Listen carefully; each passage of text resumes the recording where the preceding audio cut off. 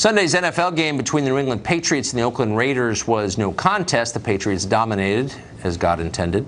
Instead, the real drama was on the sidelines beforehand. The game was held in Mexico City, and Raiders player Marshawn Lynch stood for the Mexican National Anthem, but then sat down for our own, the Star-Spangled Banner. The president noticed this. He tweeted, quote, "Marshawn Lynch of the NFL's Oakland Raiders stands for the Mexican National Anthem and sits down to booze for our national anthem. Great disrespect. Next time the NFL should suspend him for the remainder of the season. Attendance and ratings way down."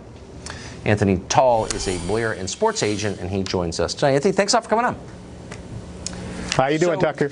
I'm doing great. So I just want to stipulate that I think all of this behavior is allowed under the First Amendment. So I don't think there's any debate over whether it's protected as speech. Of course it is. The debate is over how grotesque it is. And I don't understand why Marshawn Lynch is under the impression that Mexico is a more virtuous country than his own. Where would he get that idea? Well, I think that you need to go and ask yourself, why would a rich athlete feel as if another country is better than him? And it goes back to what LeBron James said. LeBron James said being black in America is hard. It doesn't matter how much money you have, who you are, how much fame you have. So I think Marshawn Lynch is evidence of that. So you also have to ask yourself, what would drive someone, a multi-million-dollar athlete, to stand during the Mexican national anthem and not want to stand on his own? This isn't something that he just comes up with. Where does that come from? It's just, and I'm going to say that it comes from a lot of statistics. Go ahead. Yeah, but what it doesn't come from is a deep knowledge of Mexico. I mean, if you're doing that to the Swiss anthem, okay, we could debate it. Or the French anthem, we could debate it. But have you seen the people who run Mexico? Is there a country in the world with a firmer color bar than Mexico? I don't think there is. Is there a country with a more grotesque history of slavery than Mexico? How do Afro-Mexicans do? Do you have any idea? Does Marshawn Lynch have any idea? I mean, let's be real here. You'd rather be black in America than Mexico any day of the week.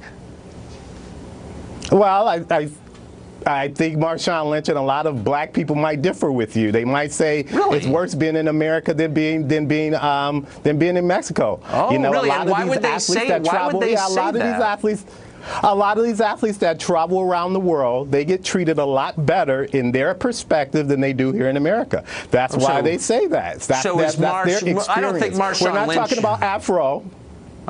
Yeah, we're not talking about let's just be real, okay? Barack Obama could not have been elected president of Mexico. They have major race problems in Mexico, and we pretend that Mexico is this sort of unified Hispanic country. That's not reality, and anyone who says it knows nothing about Mexico. I'm not attacking Mexico. That's just true.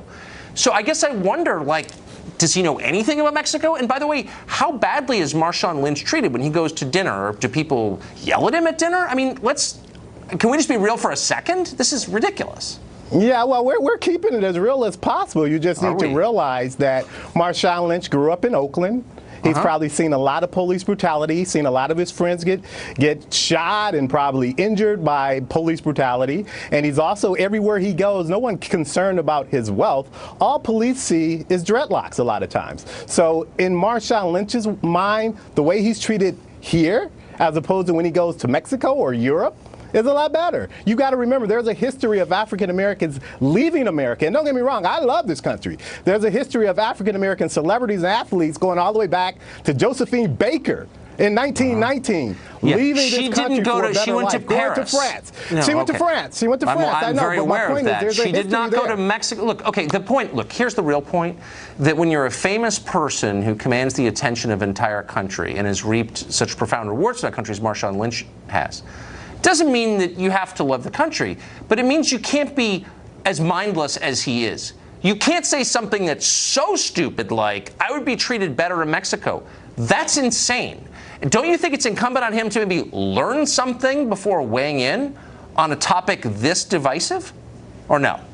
Absolutely, absolutely. But I don't know his history of study in Mexico. I don't know, but I would concede that point. Absolutely. Yeah. I would assume that he's probably hasn't read all of Mexican history, just like he hasn't read all of American history. So you don't need to read all of. Look at the people who run the country. I can also assume that he's smart enough to base his opinion on how he's treated when he's down there.